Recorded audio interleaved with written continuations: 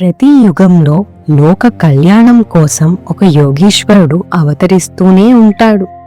ఆ పరబ్రహ్మ తానే గురు రూపంలో భూమిపై అవతరిస్తాడు. అలా అవతరించిన గురు సామ్రాట్టే షిరిడీ సాయీశ్వరుడు.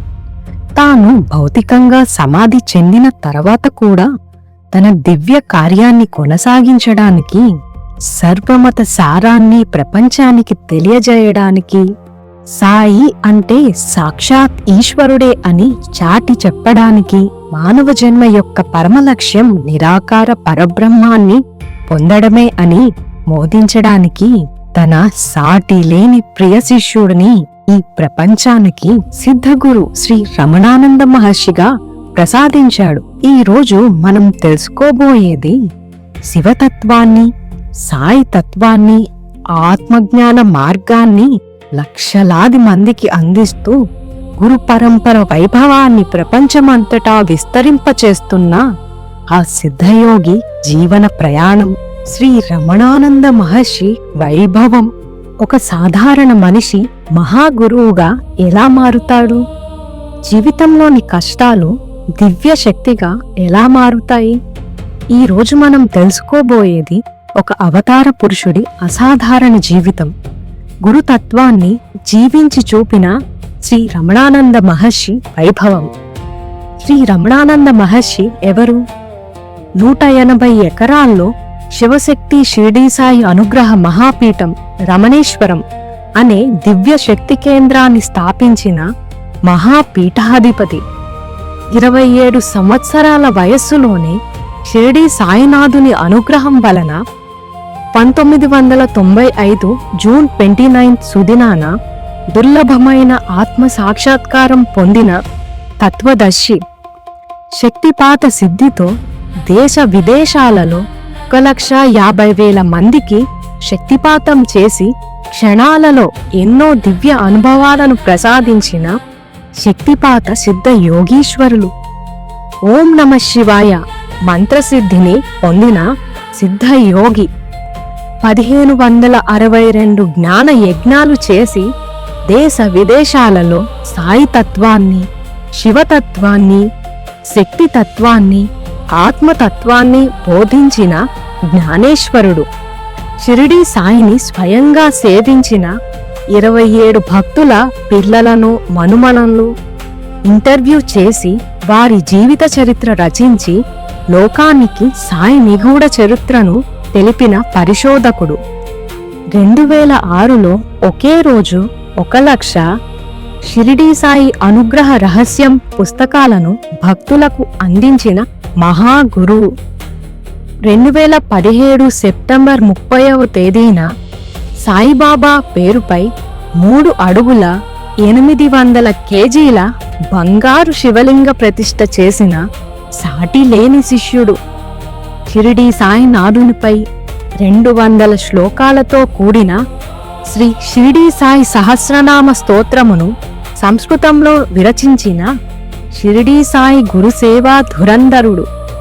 శక్తిపాత సిద్ధితో క్షణాలలో ఇతరులకు రోగాలను తొలగించే మహావైద్యుడు. శివసహస్రనామ స్తోత్రంలోని ఒక్కో నామంపై ఒక్కో శివలింగ ప్రతిష్ఠ చేసి ప్రతి నామాన్ని శక్తి రూపంగా భూమిపై స్థాపించిన శివభక్తి తత్పరుడు. 12 జ్యోతిర్లింగాలను ఒకే ఆలయంలో స్థాపించిన మహాయోగి.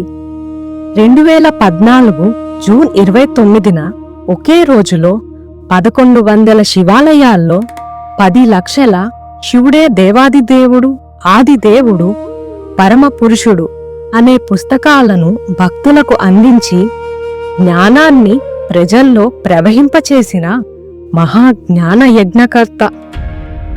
5 సంవత్సరాల కాలంలో 4 వేదాలను ఒక తపస్సులాగా అధ్యయనం చేసి దేవనాగరి లిపిలోని వేదమును ప్రమాణంగా తీసుకొని తెలుగు లిపిలోని చతుర్వేద సంహితలో ఉన్న సుమారు 60,000 మంత్ర దోషాలను, అక్షర దోషాలను, భాషా దోషాలను నివారించి చతుర్వేదాలను పరిష్కరించి 2712 పేజీలతో కూడిన బృహత్తర ఏక గ్రంథమును ప్రసాదించిన చతుర్వేద జ్ఞానబ్రహ్మ.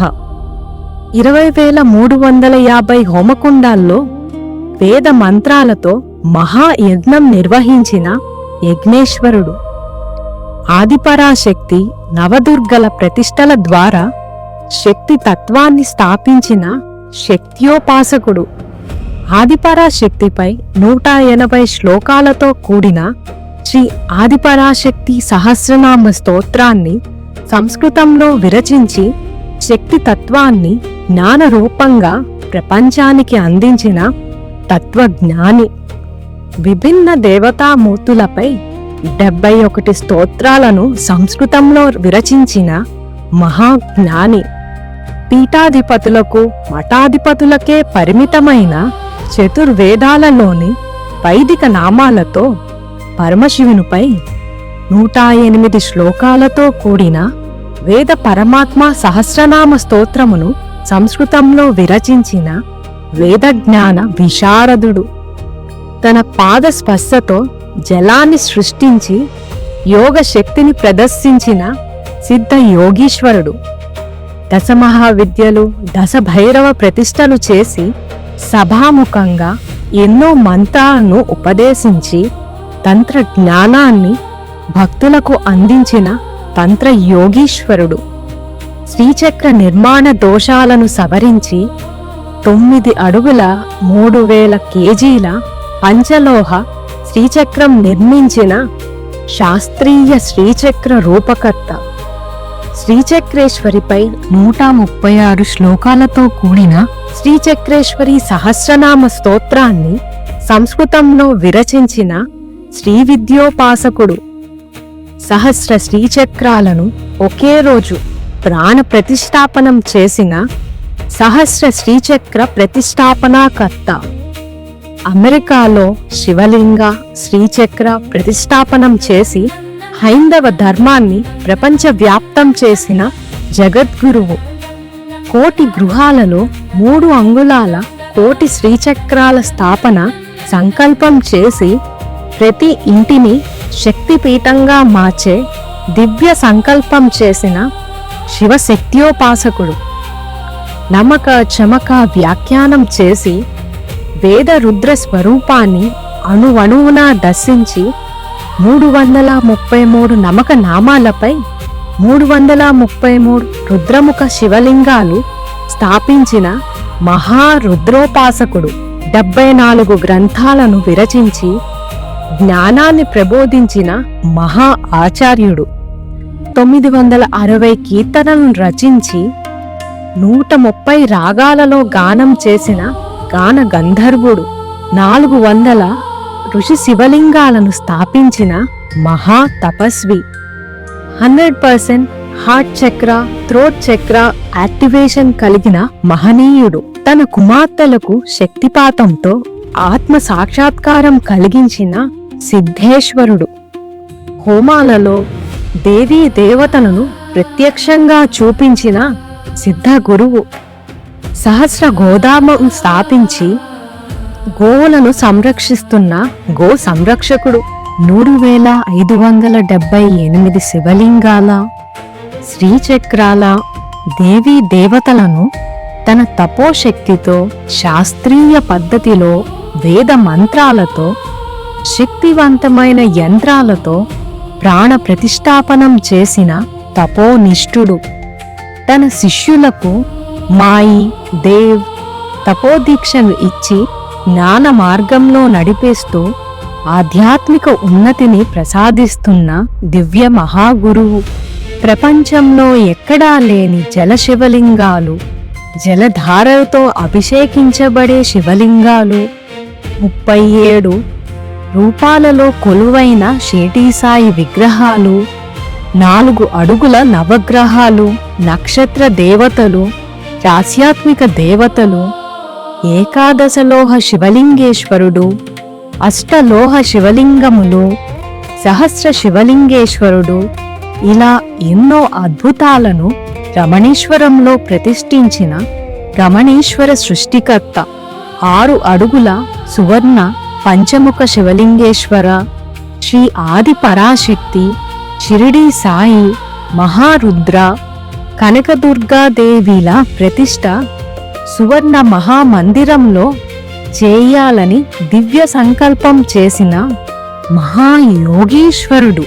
84 మహాకాలవన శివలింగాల ప్రతిష్ట కార్తీక మాసంలో చేయబోతున్న భైరవుడు.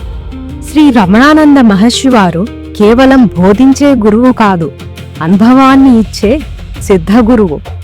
కేవలం యోగి కాదు, సాధకులను సాక్షాత్కార మార్గంలో నడిపించే మార్గదర్శి. ధర్మాన్ని పునరుజ్జీవింపచేసిన మహర్షి. ఇలాంటి మహాగురువు ఈ యుగంలో జన్మించడం మన అదృష్టం. ఆయన బోధనలను అనుసరిస్తే మన జీవితం కూడా దివ్యంగా మారుతుంది. ఓం నమః శివాయ.